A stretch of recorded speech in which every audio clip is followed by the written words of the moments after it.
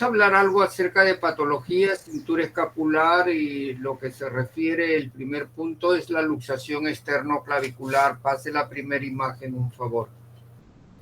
Esta es la articulación externoclavicular, como todos sabemos, en la parte anterior del tórax, en la parte anterosuperior, tenemos el esternón y en la parte superior se encuentra el manubrio, y ustedes en la imagen puedan ver la clavícula cómo se une al manubrio en el lado derecho, al igual en el lado izquierdo. Entonces hay dos articulaciones externoclavicular, a la cual se denomina articulación externoclavicular derecha y externoclavicular izquierda. En el caso de cada articulación externoclavicular es la unión de dos estructuras óseas que se mantienen unidos a través de ligamentos. En la zona anterior, el ligamento externoclavicular que está antecedida por una cápsula articular, y esta articulación internamente tiene un disco articular. En la zona lateral, entre la clavícula y la primera costilla, hay un ligamento fuerte que se llama el ligamento clavicular, ¿no? El ligamento clavicular se une en la clavícula en la zona proximal de la clavícula con el plano superior de la primera costilla. Y van a ver, señalando la flecha, hay un ligamento que viene en todo su trayecto y une las dos articulaciones, que es el ligamento externoclavicular superior, ¿no? Entonces, la articulación depende mucho de la estabilidad que está determinado por estos ligamentos. Pase, doctora. ¿Cuáles son las generalidades? La estabilidad de esta articulación está dado por ligamentos, ¿no? Las lesiones son infrecuentes, no es una lesión muy frecuente en la patología traumatológica, más se va a dar en pacientes jóvenes. Hay cuatro tipos de lesiones. Número uno son las lesiones inflamatorias, un traumatismo que va directamente al tórax, puede producir una lesión ligamentaria de esa articulación, a la cual se conoce como un esguince de la articulación. Número dos es la subluxación. El extremo proximal de la clavícula pierde consistencia, pierde relación con la superficie del manubrio esternal en forma parcial y se va a dar una subluxación de esa articulación, o también se puede dar la luxación de la articulación, que es la pérdida de la solución de continuidad del contacto superficial de ambas carillas articulares. La patología más frecuente dentro de las pocas patologías que se observa, pero una de las más frecuentes son las luxaciones externoclavicular, y esta luxación pueden ser de dos tipos, una anterior o una posterior. Y hay una cuarta patología que son las luxofracturas, que se ven en traumas severos que van a afectar la articulación no solamente en la ubicación de las superficies articulares, sino también van a producir fracturas próximas o incluidas dentro de esta articulación. Pase, doctora. ¿Cuáles son los mecanismos que producen estas lesiones? Generalmente son dos tipos de mecanismos. Hay un mecanismo directo, como se muestra en la foto, o hay un mecanismo indirecto, aquellas caídas que van directamente, el impacto es sobre el hombro. Cuando las fuerzas van de la zona anterior hacia la zona lateral del hombro, se producen las luxaciones anteriores, y al inverso, cuando las fuerzas impactan en la zona posterior del hombro hacia la zona anterior, la luxación será una luxación posterior. Tratamiento, hay dos tipos de tratamiento: tratamiento incruento, generalmente para las luxaciones anteriores, y el tratamiento cruento para las luxaciones posteriores. Y luego vamos a ver cuáles son los tratamientos que más se manejan, ¿no? Pase, doctora. Aquí vemos un paciente que llega en la imagen del lado derecho, ¿no? Se ve una prominencia ósea en la zona del lado derecho, ¿no? La imagen derecha se ve En la articulación esternoclavicular derecha se ve una prominencia ósea, que eso ya lo podemos percibir a la inspección, obviamente a la palpación también lo vamos a percibir, y en la otra imagen se ve una prominencia en la zona esternoclavicular del lado izquierdo. Pase, doctora. Esta es una luxación anterior. Paciente tuvo una caída golpeándose en la zona lateral del hombro e inmediatamente siente dolor en la zona de la articulación esternoclavicular derecha.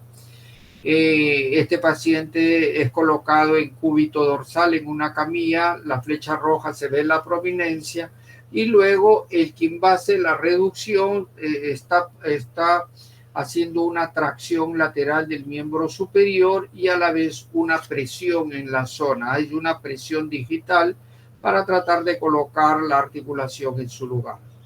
Pase, doctora. Las imágenes radiográficas, en este caso, ayuda muy poco, pero se ve un discreto desnivel entre la superficie superior de la clavícula. El lado afectado se ve discretamente más elevado que el otro lado. Pase, doctora. Y acá se ve la alteración. Esta es una imagen tomográfica donde se ve un desnivel en el círculo, ¿no?, de la zona afectada. Y esta es una luxación posterior, pero ya se ve la diferencia en relación a la otra estructura articular. Y en otra imagen, esta es una imagen coronal donde vamos a ver que la flecha de rojo, el extremo proximal de la clavícula, se ha ido hacia la zona posterior, ha invadido la zona torácica, ¿no? La imagen roja muestra una luxación posterior o torácica. La imagen azul muestra la articulación en condiciones normales, que es el lado izquierdo, y en el lado derecho sí se ve la luxación posterior de la articulación esternoclavicular del lado derecho. Pase, doctora. Esta es una tomografía en 3D. Miren la luxación hacia la zona torácica. Esta es una luxación posterior también en la zona torácica. Pase. ¿Cuál es el tratamiento de las luxaciones posteriores? Reducción quirúrgica más estabilización con una placa y tornillos. Y eso es lo que se hizo en este paciente. Pase. Posteriormente a la cirugía, un cabestrillo para mantener el reposo por 3 semanas. Luego se inicia ejercicio, movimiento para darle movilidad a toda la extremidad del miembro superior. Pase. Precauciones cuando se hace la reducción, fundamentalmente la reducción quirúrgica. Hay que evitar todo lo que sea un daño a la estructura ósea articular en la cirugía y también daño vascular del mediastino superior. O sea, son las precauciones en el acto quirúrgico. Pase, doctora. Aquí hay una presentación de un caso clínico, paciente varón, 50 años de edad, chofer interprovincial. Este chofer sufre volcadura con trauma directo en el hemitórax izquierdo. Ingresa por emergencia, miren la imagen inferior, ¿no? El paciente ingresa caminando con un dolor retroesternal y dificultad la respiración. A la palpación se percibe un hundimiento, mientras que en la otra imagen de la luxación anterior se presentaba un bulto, una pseudotumoración en la parte torácica de la zona afectada. Aquí se observa un hundimiento, zona equimótica con hundimiento, ¿no?, que produce dolor a la palpación. A este paciente se le indican analgésicos por vía intramuscular y se les solicitan estudios radiográficos. ¿Ya qué patología traumática clínicamente estamos sospechando? Estamos sospechando en una luxación esternoclavicular posterior o intratorácica por el hundimiento y el dolor, y más aún con la dificultad respiratoria, ¿no? Hay dificultad a la respiración y hay dolor a la palpación. ¿Qué estudios radiológicos son importantes? En este caso siempre es importante una radiografía torácica basal, pero una tomografía nos va a ayudar muchísimo, como es en el caso de las siguientes imágenes, ¿no? Este es el lado izquierdo, miren la articulación o la clavícula del lado izquierdo ya está invadiendo ya la zona intratorácica, incluso ya está presionando al esófago, ¿no? Al esófago ya había dolor retroesternal, ya había dificultad respiratoria. En la otra imagen lateral también la clavícula se ve, miren cómo hace la compresión en la zona intratorácica. Es por eso que el paciente tenía dificultad a la respiración y un dolor retroesternal marcado, ¿no? ¿Qué estudio radiográfico, radiografía y tomografía? ¿Cuál nos brinda mayor información? En este caso, más información nos va a dar la tomografía. ¿Cuál es el diagnóstico? Luxación posterior esternoclavicular del lado izquierdo, ¿no? Intratorácico. ¿Y cuál sería el tratamiento? ¿Cruento o incruento? Tratamiento sería cruento, ¿no? Tratamiento quirúrgico. Siga, doctora, a ver, pase el otro. Paciente fue sometido a una cirugía, reducción cruenta anatómica más la utilización de placa con tornillos. Siga. Ahí se ven las imágenes con la placa y los tornillos. Pase, doctora. Bueno, eso siempre es la característica. Hemos mencionado esta patología aún no siendo común, pero para que tengan una idea cuáles son las características, cuál es la patología más frecuente y qué hacer frente a una luxación en este caso.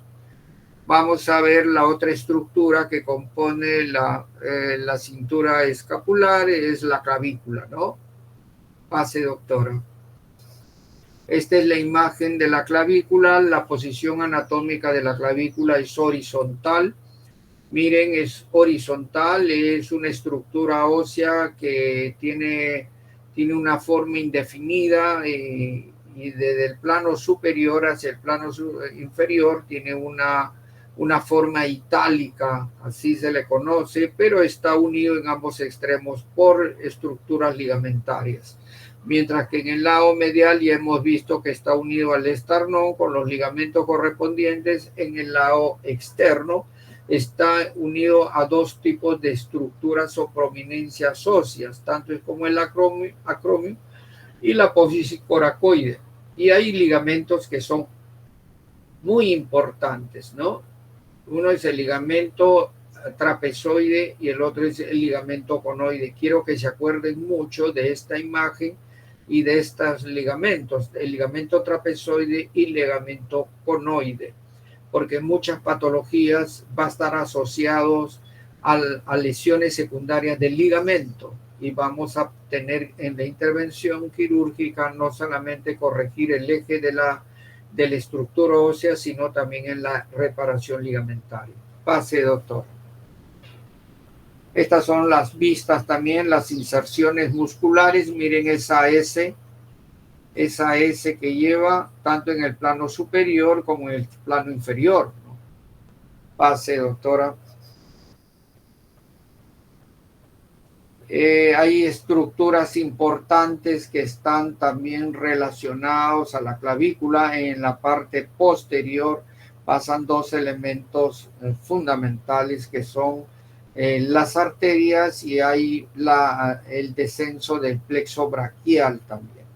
Y acá en la zona inmediata de la zona media proximal de la clavícula está pasando la arteria axilar con sus ramas correspondientes, ¿no? Miren cómo desciende. Hay que tener mucho cuidado las fracturas de clavícula o las intervenciones quirúrgicas de no afectar estos planos vasculares. Pase, doctor. Y estos son los nervios, raíces, tronco, divisiones, cómo descienden los nervios ya que van a dar inervación a la estructura del miembro superior. De ahí vemos el nervio radial, el mediano, el cubital, que van a tener relación directa con la estructura ósea en determinada zona del miembro superior que vamos a ir mencionando posteriormente. Pase, doctora. Antecedente traumático no es algo evidente que pueda producir una lesión en la clavícula o una fractura. ¿En quiénes se ve más esto? Cuando las personas están en actividades deportivas, o sea, fracturas de clavícula se ven mucho en pacientes que practican deportes, sobre todo deportes de riesgos, deportes de contacto, ¿no? O también en caídas de altura, en accidentes automovilísticos y también en traumatismos que van en el impacto en la zona indirecta del hombro. Un trauma en el hombro puede generar una fractura de clavícula. No es lo común, pero también se observa mucho. Y después en proyectiles de arma de fuego, o sea, en fracturas expuestas también pueden afectar la clavícula. En conclusión, las fracturas de clavícula se producen por ambas vías, sea un mecanismo directo o un mecanismo indirecto. Pase, doctora.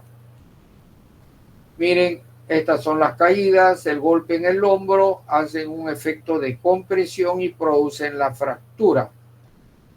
Vean al otro ciclista que está sentado. Esta es una posición típica antálgica de un paciente con una fractura de clavícula.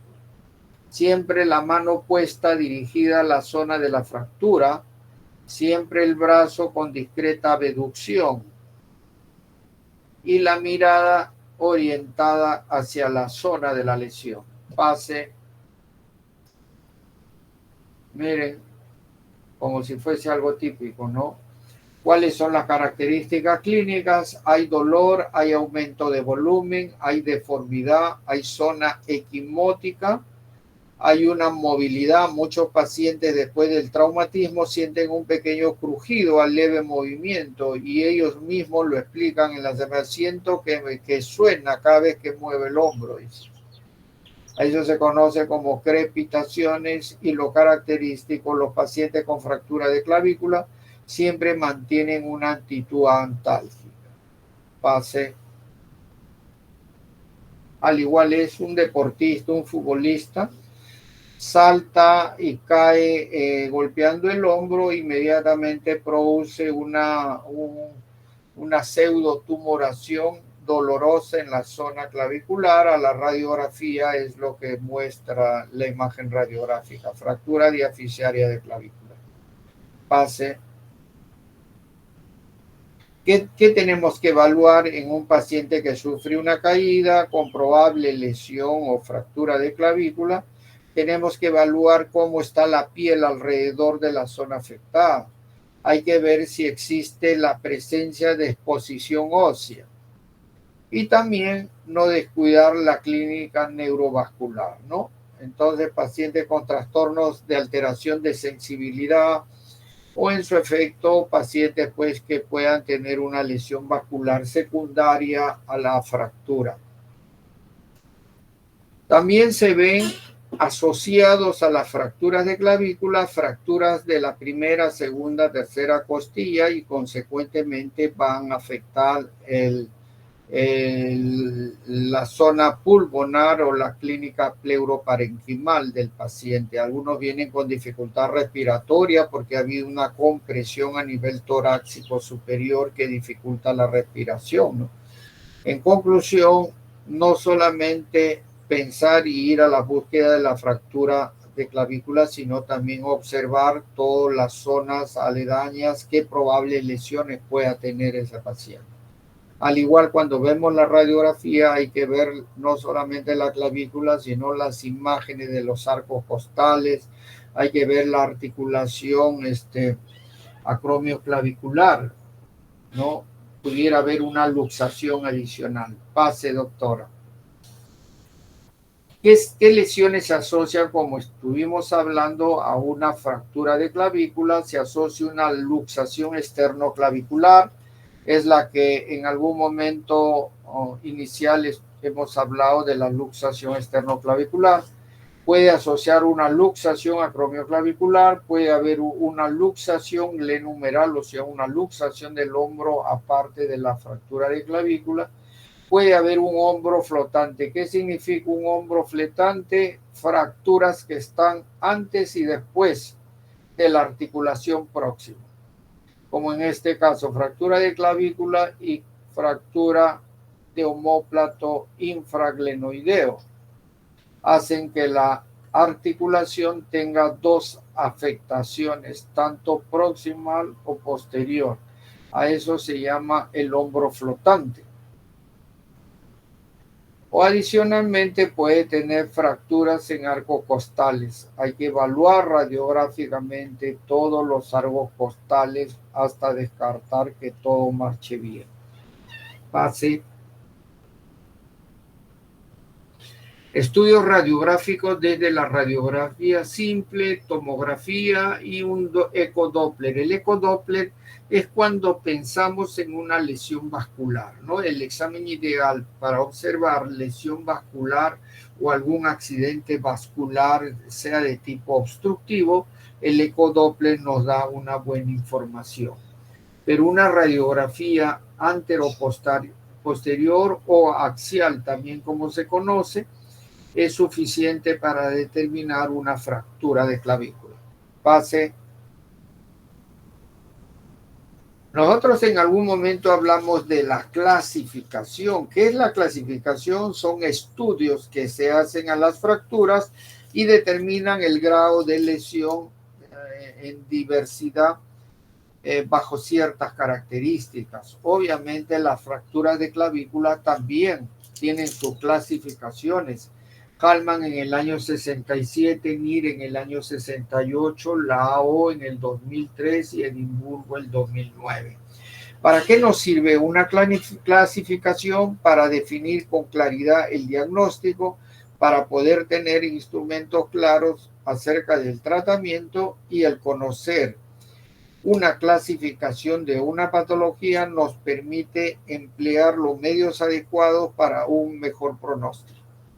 Entonces, una de las clasificaciones más usadas en fracturas de clavícula es la clasificación de Hallman. Pase. Hallman, para hacer su clasificación, divide la clavícula en 3 segmentos imaginarios iguales. Y al segmento más próximo al centro del cuerpo humano le llama el segmento medial o el segmento proximal.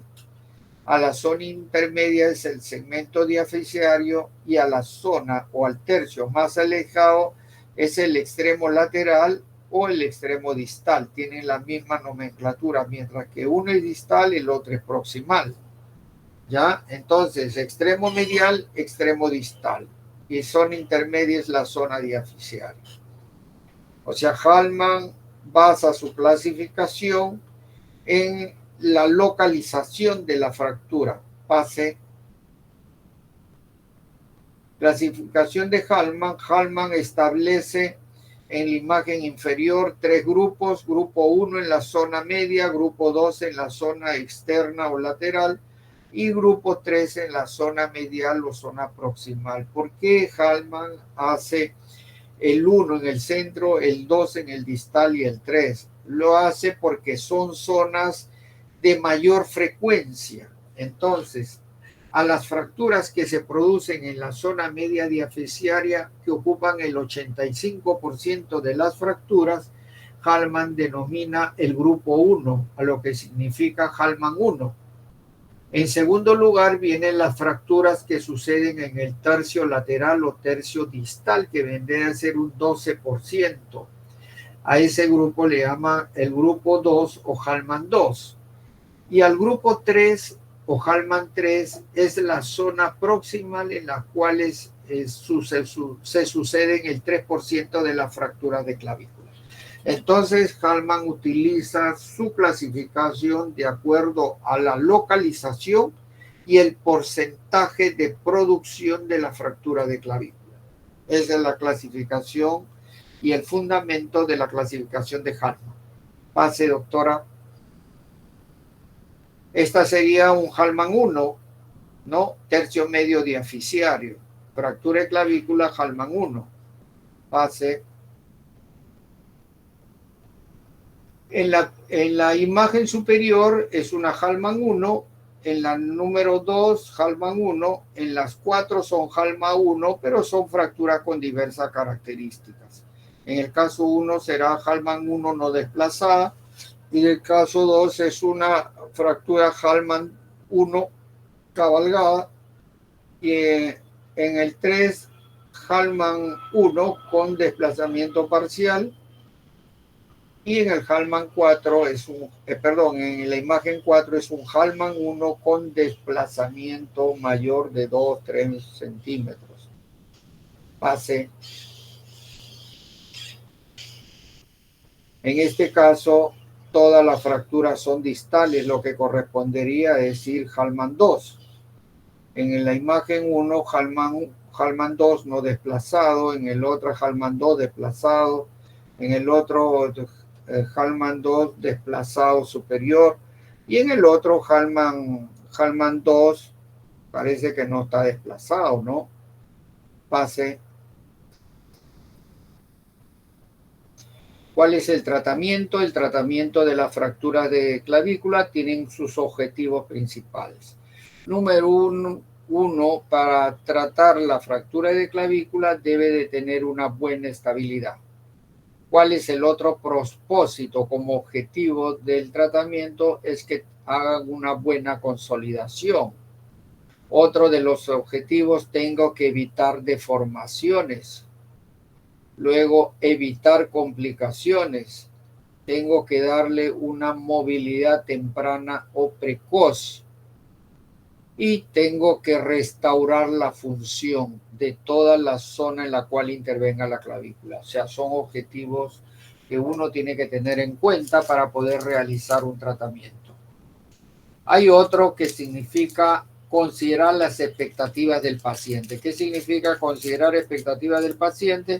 Que el paciente decide. Uno puede decir, usted puede operarse o debe, mire, sabe, yo no deseo la operación. Siempre es bueno escuchar la expectativa del paciente, el deseo del paciente, ¿no?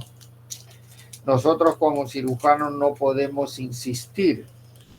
Podemos dar las explicaciones coherentes, beneficiosas para la persona, para el funcionamiento, pero no podemos insistir, tenemos que respetar la decisión del paciente.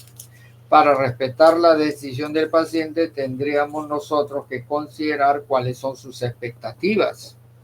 Al final deciden no operarse, bueno, está bien, pues tendremos que someter un tratamiento incruento. Pase. Algunas de las posiciones, cómo debe de ir el paciente en la cama para una intervención quirúrgica. En el lado derecho, cuáles son los abordajes más usados. Verde es transclavicular, en azul punteados es supraclavicular y la línea roja es infraclavicular. La que más se usa es la supraclavicular y la transclavicular. La infraclavicular se usa muy poco. Pase. Bueno, hasta ahí nos quedamos, doctora. Ya el día de la clase ya lo veo un poco cansaditos. El día de la clase que corresponde continuamos con el tratamiento quirúrgico y de ahí ya avanzamos todo. ¿Está bien, doctora? Está bien, doctor. Muchas gracias. Ya, está bien. Cuídense y aprovechen en estudiar todos los días las prácticas, siempre revisar luego sus teorías para ver lo que se hace en las prácticas y creo que le debe de ir bien así. Bueno, cuídense, que todo les vaya bien. Hasta luego. Gracias, doctor. Hasta luego. Gracias, doctor.